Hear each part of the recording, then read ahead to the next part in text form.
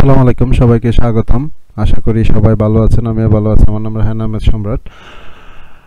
আজকে আমি আপনাদের দেখাবো কিভাবে কিভাবে আপনার মাধ্যমিক ও উচ্চ মাধ্যমিক উচ্চশিক্ষা অধিদপ্তরাধীন শিক্ষা প্রতিষ্ঠানের স্কুল ও কলেজ এমপিভুক্ত শিক্ষক কর্মচারীগণের এমপিওর অর্থ আইবাস প্লাস প্লাসের মাধ্যমে ইএফটিতে প্রেরণের লক্ষ্যে তথ্য প্রদান ও যাচাই সংক্রান্ত নির্দেশিকা। তো আমরা তো ইতিমধ্যে সবাই জানি যে ইএফটির মাধ্যমে সবার টাকা শিক্ষক কর্মচারীগণের বেতন ভাতাদি পাওয়ার লক্ষ্যে সরকার কাজ করছে, শিক্ষা মন্ত্রণালয় কাজ করছে। সেই লক্ষ্যেই আজকে এই বাস্তবায়িত হচ্ছে। তো এখানে প্রাথমিকভাবে প্রত্যেকটি বিভাগীয় শহরের এক একটি উপজেলাকে দিয়েছিল। তো এটি আশা করি তাদের আশানুরূপ ফলাফল হওয়ার পরিপ্রেক্ষিতেই এই সিদ্ধান্ত সারা সবাইকে দেওয়ার। তো এখানে অনলাইনে তথ্য পূরণের ক্ষেত্রে আপনি যে যে ডকুমেন্টগুলো আগে প্রস্তুতি নিয়ে নেবেন সেগুলোর ক্ষেত্রে হচ্ছে জাতীয় পরিচয়পত্র এনটির ক্ষেত্রে 210 বা 17 ডিজিট গ্রহণযোগ্য। যাদের এনআইডি নম্বর 13 ডিজিটের তাদের ক্ষেত্রে শুরুতেই 4 ডিজিটের জন্মসাল বসিয়ে 17 ডিজিট করে নিতে হবে। শিক্ষক কর্মচারীর নাম, জন্ম তারিখ জাতীয় পরিচয়পত্র এনআইডি অনুযায়ী এন্ট্রি দিতে হবে। মোবাইল নম্বর নিজ জাতীয় পরিচয়পত্র এনআইডি দ্বারা নিবন্ধিত ও রেজিস্ট্রেশন করা থাকতে হবে। বর্তমানে প্রতিষ্ঠানের এমপিও এর অর্থ যে ব্যাংক ও শাখায় জমা হয় সেই ব্যাংক ও শাখায় রাউটিং নম্বর ও ব্যাংক হিসাব নম্বর দিতে হবে। ব্যাংক হিসাব নম্বর 13 থেকে 17 ডিজিটের হবে। ব্যাংক হিসাব নম্বর হিসাব এন্ট্রির ক্ষেত্রে শুধু ইংরেজি অক্ষর এ থেকে জেড মানে বড় অক্ষরের লেখা যাবে। কোনো ধরনের কমা, সেমিকোলন, আন্ডারস্কোর এগুলো ব্যবহার করা যাবে না।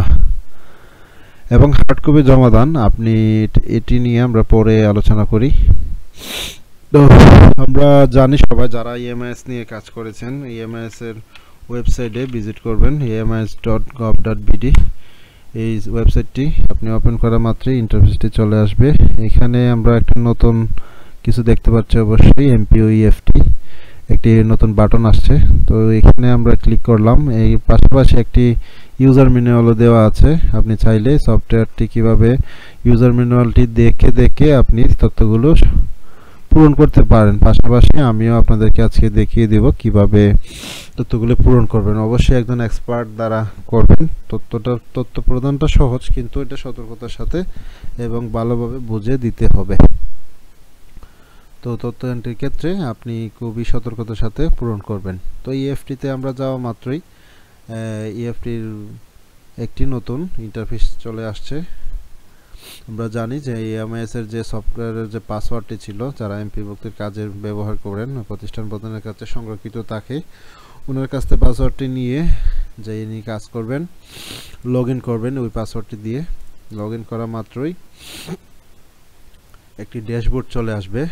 ড্যাশবোর্ডে আপনার প্রতিষ্ঠানের আবেদনের তারিখ, MPO code, EIN number, MPO প্রতিষ্ঠানের নাম, পাশাপাশি অঞ্চল, বিভাগ, জেলা, উপজেলা সহ ব্যাংকের নাম, কোন ব্যাংকের মাধ্যমে আপনার নির্ধারিত ব্যাংক, এগুলো সবই আসবে। যদি না আসে আপনি এখানে সার্চ বাটনে রাউটিং নম্বর অনুসন্ধান করুন বাটনে ক্লিক করে আপনার ব্রাঞ্চের নাম হুবহুব লিখেন, দেখবেন হুবহুব একটি ব্রাঞ্চ চলে আসবে। এবং জেলার নাম দেখলেই তো বুঝতে পারবেন ওই জেলায় ওই শাখা আছে। ওই শাখার রাউটিং নম্বরে দেওয়া আছে, আপনি শুধুমাত্র সিলেক্ট করবেন। করা মাত্র এটা সিলেক্ট হয়ে গেল। আপডেট করবেন। আপডেট করা মাত্রই এইখানে আমার শিক্ষক কর্মচারীদের মধ্যে অনেকেই আছে পুরাতন সফটওয়্যারের মাধ্যমে এমপিভুক্ত। তো ওই ক্ষেত্রে ওই সময়কার অনেক তথ্যই ঘাটতি ছিল। তো আমি দেখাবো যে একজন শিক্ষক যিনি ইএমআইএস সফটওয়্যার দিয়ে নতুন, যেমন পুরাতন সফটওয়্যারে যারা ছিল তাদের ক্ষেত্রে অনেক তথ্যেরই ঘাটতি আছে। আমরা এখানে একটা দেখতে পারি যে এখানে কিছু কিছু তথ্য অনেক মিসিং থাকতে পারে। তো এইগুলা আমরা একটু দেখে ফিল আপ করতে হবে। তো আমরা একজন শিক্ষক আছে যিনি ইএমআইএস এর নতুন সফটওয়্যার 2020 সালের পরে ওইটার মাধ্যমে এমপিভুক্ত হয়েছেন। তো ওনার তথ্যগুলো হালনাগাদ, ম্যাক্সিমাম তথ্যগুলো হালনাগাদকৃত ছিল। তো আমরা যাই, ওইটাতে ওপেন করা মাত্র আমরা যে কোনো প্রত্যেক শিক্ষক কর্মচারীর তথ্যগুলো কিন্তু আলাদা আলাদা দিতে হবে। তো সেক্ষেত্রে ওনার 18 নম্বর শিক্ষক কর্মচারী শিক্ষকের ওনার তথ্য হালনাগাদ বাটনে, এই যে আমরা যারা সফটওয়্যার নিয়মিত ইউজ করি তারা এইগুলো দেখলেই, বাটনগুলো দেখলেই বুঝতে পারে এবং পাশাপাশি লেখাও থাকে। তো কার্সরটা রাখলে এখানে হালনাগাদ লেখাটি চলে আসা মাত্র এখানে তার নাম, ইন্ডেক্স নাম্বার, পদবি চলে আসছে, তার বর্তমান অবস্থা। বর্তমানে অনেক শিক্ষক কর্মচারী পদত্যাগ করলেও তার নাম আসতে পারে, অথবা না থাকলেও আসতে পারে। তো তার ক্ষেত্রে আপনারা প্রয়োজন অনুসারে দিবেন তার অবস্থা। আর যদি কর্মরত থাকে কর্মরত দিবেন, আপডেট বাটনে দিবেন, আপডেট হবে। আপডেট হওয়া মাত্রই আপনি দেখে নেবেন যে তার তথ্যগুলি, এখানে আপনার খালি থাকবে। সাধারণত আমি পূর্বে থেকেই ফিল আপ করেছিলাম, তো তথ্যগুলি এরকম খালি থাকতে পারে। তো এখানে হচ্ছে বিদ্যমান শীট অনুযায়ী, এমপিও শীট বর্তমানে যে এমপিও শীট অনুযায়ী যে তথ্য আছে সেই তথ্যগুলি, এবং আপনি এখন যেভাবে দিতে চান তথ্যগুলি, সেই তথ্য। অনেকের ক্ষেত্রে বিদ্যমান তথ্যতে এমপিও শীট অনুযায়ী ভুল থাকতে পারে, কিন্তু আপনি এখন আপনার যেভাবে সঠিক সেভাবে পূরণ করে নেবেন। তো এখানে নামের ক্ষেত্রে দেখেন তার নাম আমরা জানি, তার তথ্যগুলি ঠিক আছে, তো এখানে হুবহু তথ্যই বসবে।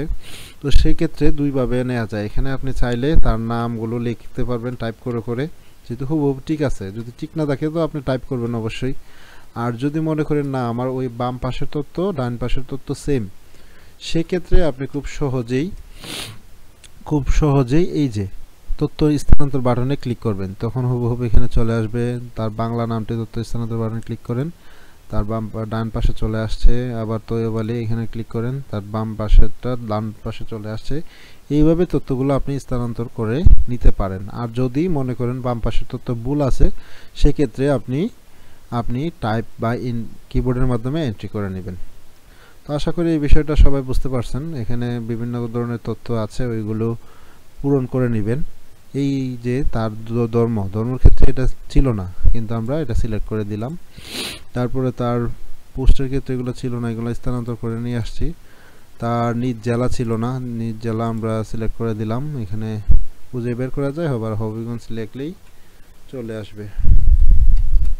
এই যে তো লিখে এগুলো তথ্য যখন আপনার পূরণ করা হয়ে যাবে, এগুলো খুবই সতর্কতার সাথে দেখে নেবেন যে সব তথ্যগুলো ঠিক আছে কিনা। ওই শিক্ষক কর্মচারীকে পাশে রাখবেন, ওনাকেও দেখাবেন প্রয়োজন অনুসারে।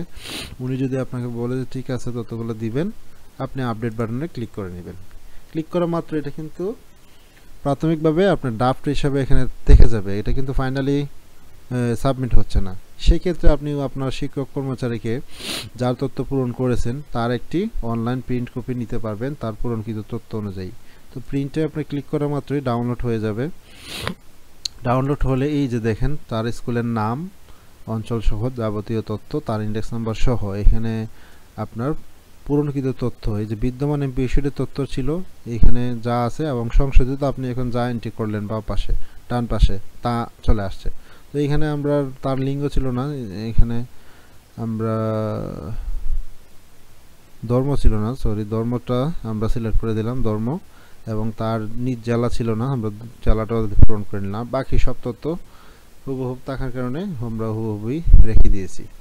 তো এটা দেওয়ার মধ্যে তাকে দেখিয়ে স্বাক্ষর নিয়ে নেবেন, তাহলে আপনি কনফার্ম হয়ে যাবেন যে তার তথ্য ঠিক আছে, এবং উনিও কনফার্ম হয়ে গেল। তো এটার প্রিন্ট কপি আপনি সংগ্রহ করে রাখবেন। তো একজন শিক্ষক কর্মচারীর তথ্য এভাবে পূরণ করে নেবেন। পরবর্তীতে সবগুলো তথ্য যখন একজনের তথ্য আপনি পূরণ করে নেবেন, এই যে দেখেন তার তথ্যর বা পাশে ডান পাশে একটি টিক চিহ্ন বাটন চলে আসবে।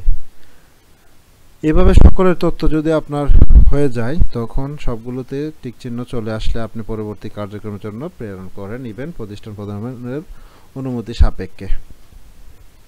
আশা করি যারা নিয়মিত এই ইএফটি তথ্যগুলো পূরণ করেন তারা বুঝে গেছেন, সেই অনুযায়ী করে নেবেন।